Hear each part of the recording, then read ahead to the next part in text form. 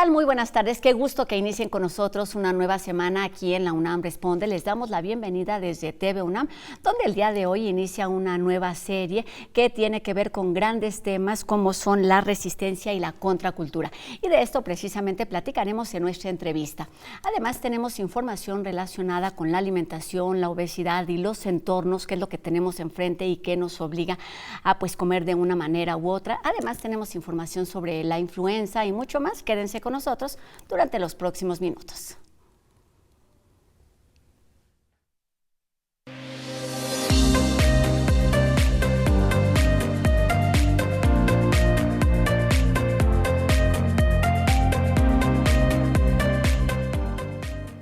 El patriarcado, la resistencia del EZLN y los entornos de guerra son algunos de los temas de la serie La Espiral de la Resistencia, una iniciativa de la Cátedra Inés Amor y el Centro Cultural Universitario Tlatelolco, que será transmitida en TV UNAM a partir de hoy. Y bueno, para hablar de lo que veremos y también de lo que está detrás de estos 5 programas que integran la serie, nos da muchísimo gusto saludar esta tarde a la maestra Graciela de la Torre, titular de la Cátedra Internacional Inés Amor en Gestión Cultural, una promotora de la cultura, exdirectora del MUAC, de la Dirección General de Artes Visuales de nuestra universidad. Graciela, ¿cómo estás? Muy bien, muy contenta de estar aquí. Qué bien resumiste lo que vamos a ver en este ciclo, nuestro nuevo ciclo. Pues ese fue solo el resumen, Graciela. Muchas gracias por estar con nosotros y vamos a empezar con la versión larga. Entonces, ¿cuál es el objetivo, la misión, el interés de esta serie, La Espiral de la Resistencia? Fíjate, Rosa, que de alguna manera está concatenada con una que hicimos en abril, no sé si recuerdas, se llama La Crítica en su laberinto, que fueron muchas sesiones, 16 sesiones, 8 presenciales, y bueno, tratábamos de averiguar qué pasaba con la crítica en este momento, la crítica en diversas vertientes. Y bueno, este programa que empieza, como bien lo dices, hoy, 12 de agosto, trata también de alguna manera de ver cómo la crítica se puede convertir en contracultura, cómo estas acciones de resistencia hacia la autoridad vertical pueden ser fructíferas de alguna manera y producir en última instancia, en muchos casos, una cultura de paz.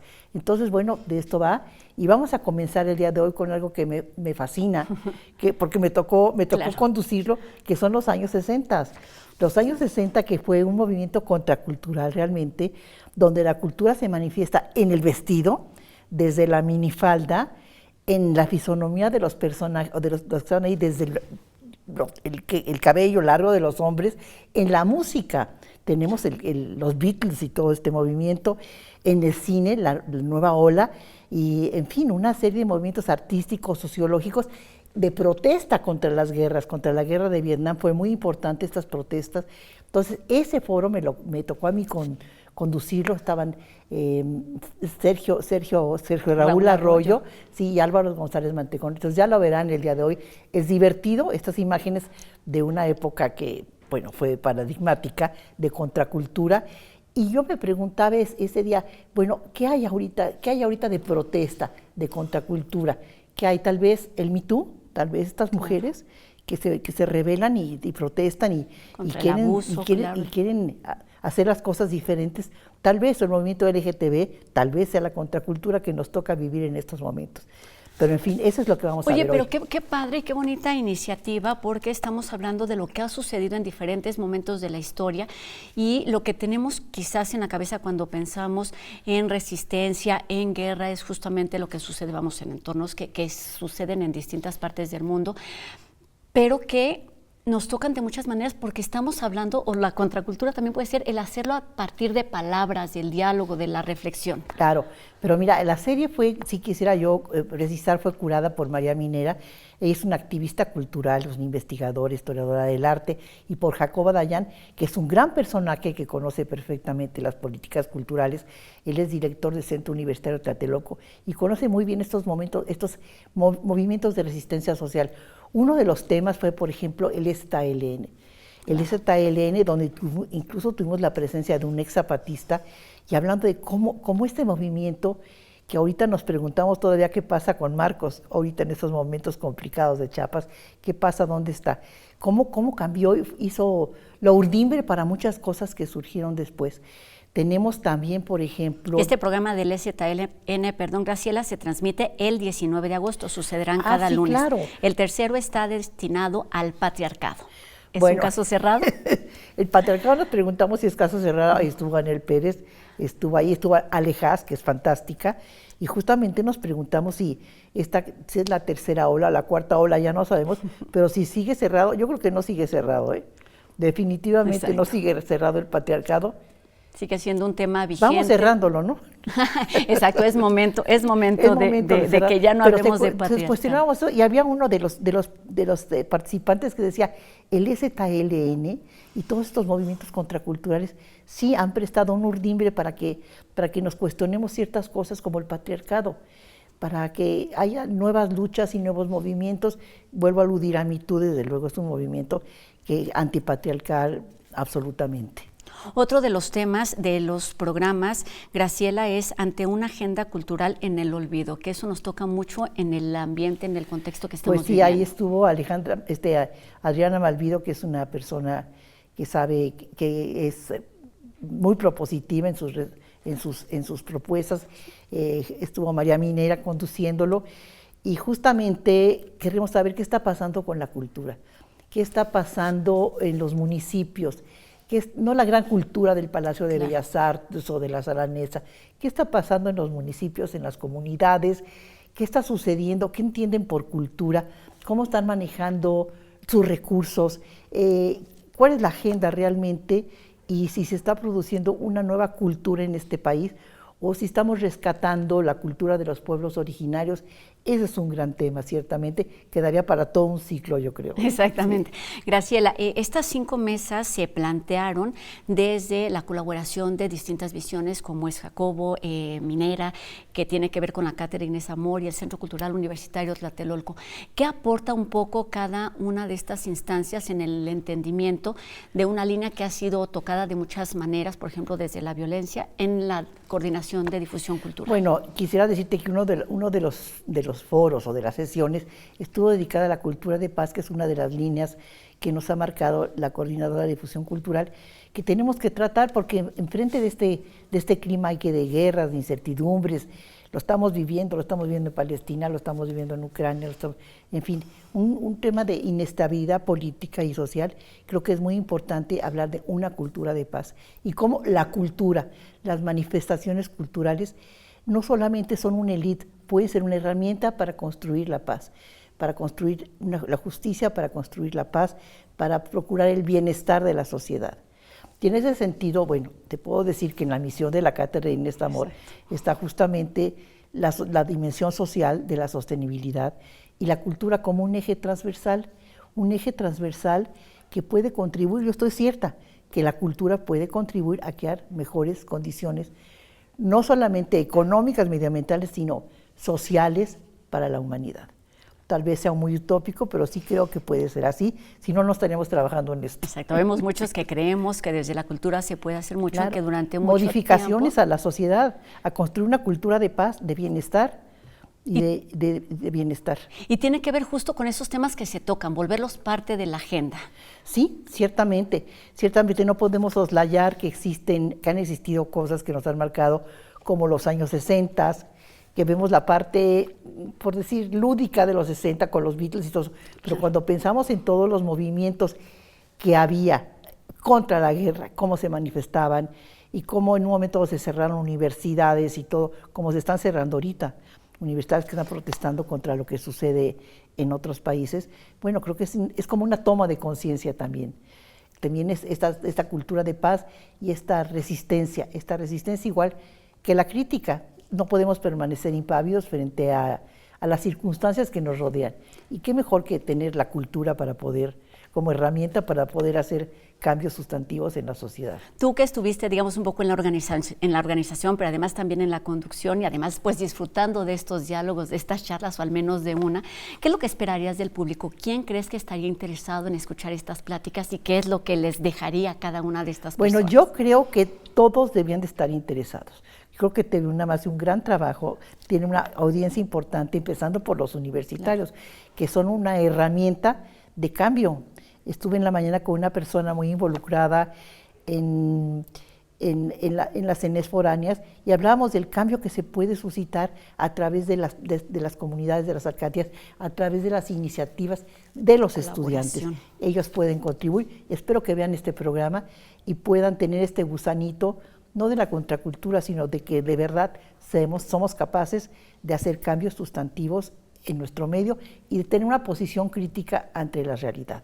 Y que además pues esta iniciativa hace también evidente la importancia de crear redes entre distintos entornos universitarios. Desde luego, desde luego. Porque se crean más voces, se crean más conocimientos y distintas perspectivas de entender un tema en particular. Bueno, en primer lugar, la alianza que tenemos con el Centro Cultural Tlatelolco, que ya hemos hecho varias cosas, sí, claro. Nos entendemos muy bien, porque la cátedra internacional Inés Amor en gestión y políticas culturales es un tema que me interesa particularmente, y creo que Jacobo es la persona indicada. Entonces hemos hecho una buena sincronía para tratar estos temas, y yo estoy cierta que podrán rendir sus frutos.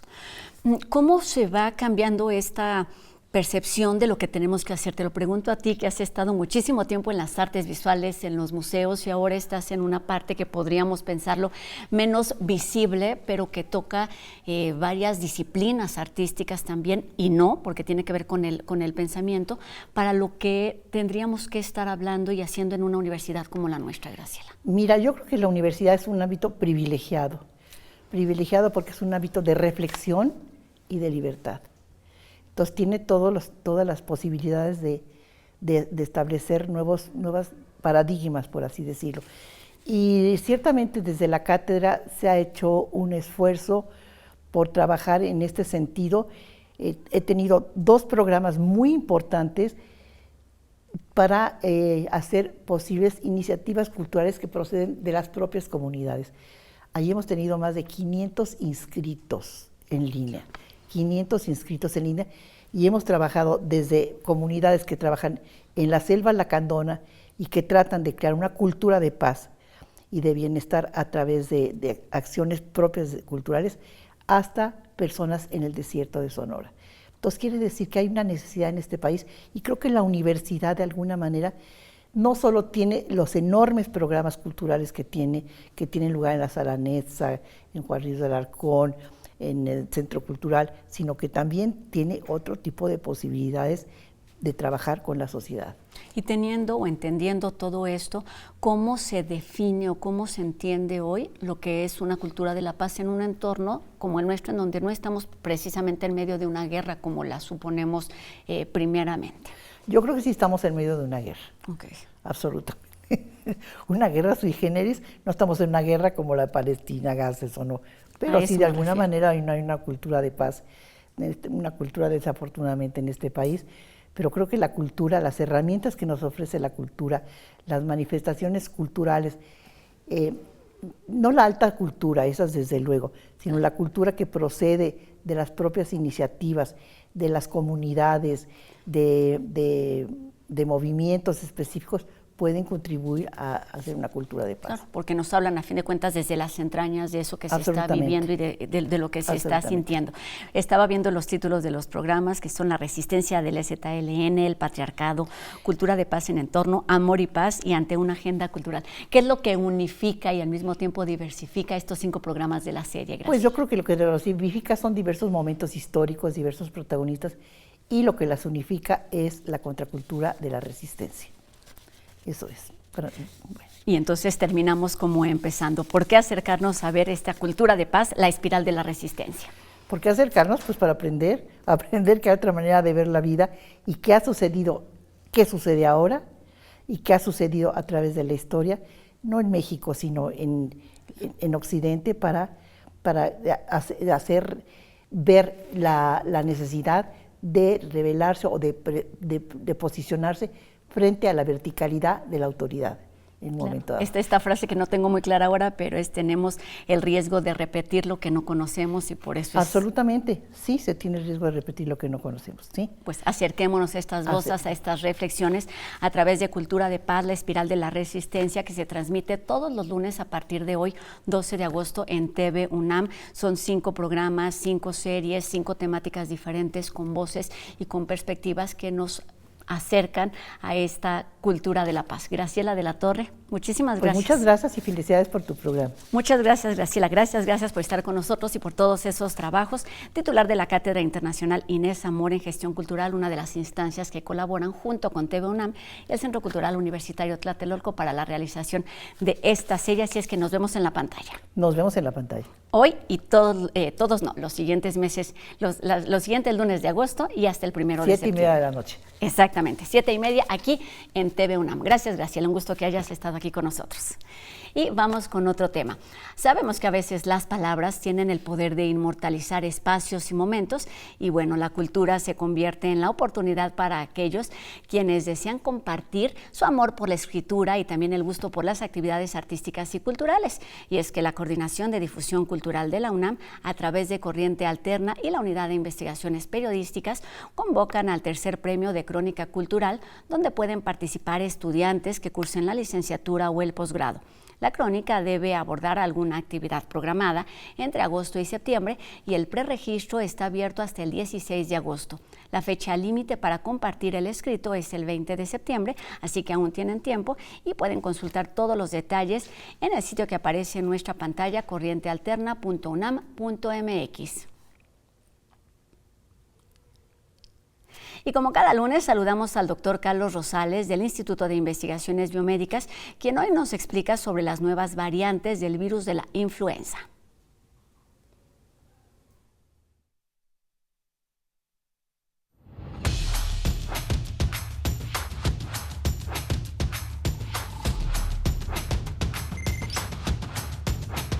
Gracias, Rosa. Muy buenas tardes.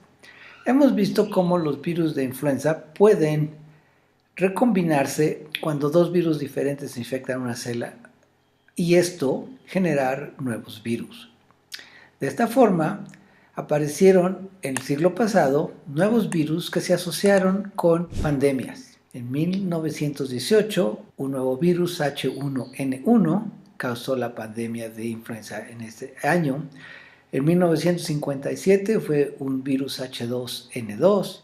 En 1968, un virus H3N2. En todos los casos, el virus se asocia a infecciones en cerdos y se piensa que un virus que infectaba aves se mezcló con un virus que podía infectar humanos en los cerdos y de ahí aparecieron esos nuevos virus que causaron pandemias. Ya en este siglo, en el año 2009, apareció un nuevo virus, un virus H1N1 que es la mezcla de 4 subtipos de este virus que podían infectar aves, humanos y cerdos. El nuevo virus resultó ser muy infectivo y sus primeros casos se reportaron en México en abril de 2009. Para junio, la Organización Mundial de la Salud ya lo había declarado una pandemia y un año después, en marzo de 2010, 213 países reportaban la presencia de este virus y más de 17,000 muertes. Esto es de preocupación porque recientemente en Estados Unidos se reportó la aparición de un nuevo virus, H5N1, que originalmente infectaba aves, pero ahora infecta al ganado bovino. Es decir, el virus ahora se encuentra en las vacas. No hay reportes todavía de que este nuevo virus puede infectar humanos, pero es de preocupación porque si el virus pasa de aves a vacas y de regreso, puede en algún momento generar un nuevo virus que sea suficientemente diferente y pueda iniciar otra pandemia. ¿Qué podemos hacer para protegernos? Lo de siempre. Mantengan las medidas básicas de protección y vacúnese contra la influenza si es posible. Gracias. Hasta luego.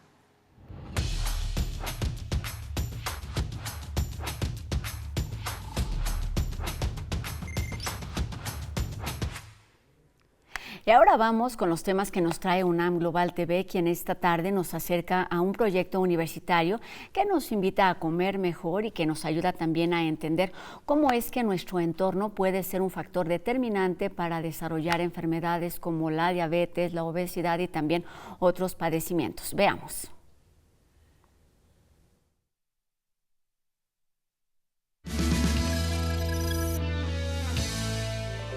¿Hay lugar de este lado, caballero?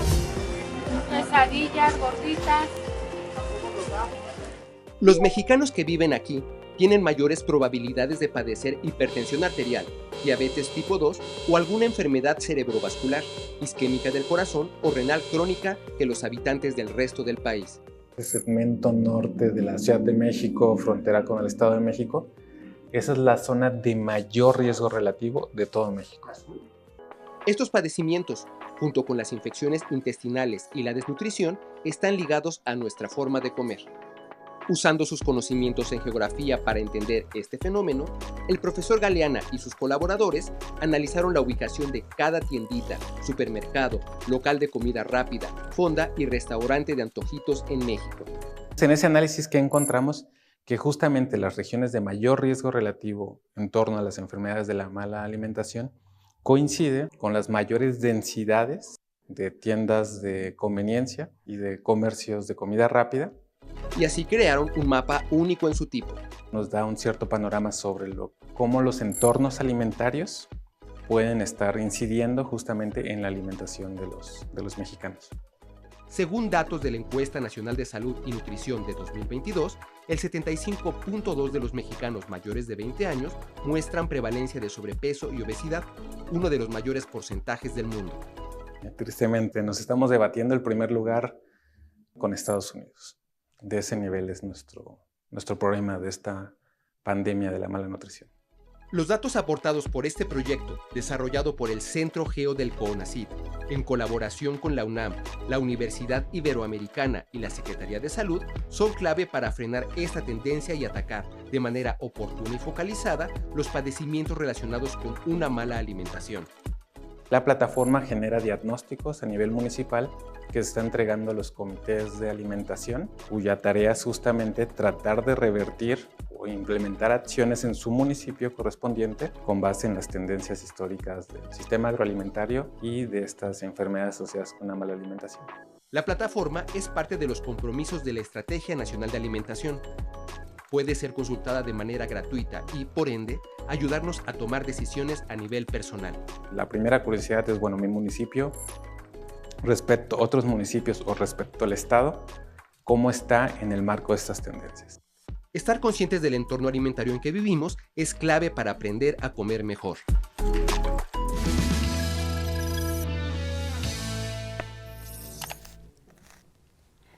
Con esta información terminamos nuestro programa de hoy, pero les recuerdo que comenzamos la semana con Amor y Paz, Contracultura en los años 60, que es el nombre del primer programa de esta serie de la que platicamos con Graciela de la Torre, Cultura de Paz, la espiral de la resistencia, que se transmite hoy y los siguientes lunes aquí en nuestra pantalla de TV UNAM a las 7:30 de la noche. Y bueno, también agradecemos como cada tarde a Erika Ordóñez su participación en la interpretación de lengua de señas mexicana, que nos permite llegar a un público más amplio. A todos ustedes les recuerdo que podemos seguir la conversación a través de nuestras redes sociales. Ustedes ya las conocen, aparecen en este momento en nuestra pantalla para que nos hagan llegar sus dudas, sus comentarios y sigamos haciendo juntos este programa universitario. También aprovecho para agradecer a todas y cada una de las personas que hacen posible esta transmisión día con día, y a todos ustedes los invitamos a que nos acompañen mañana a 2:30 de la tarde en una nueva emisión de La UNAM Responde. Mi nombre es Rosa Brizuela. Adiós.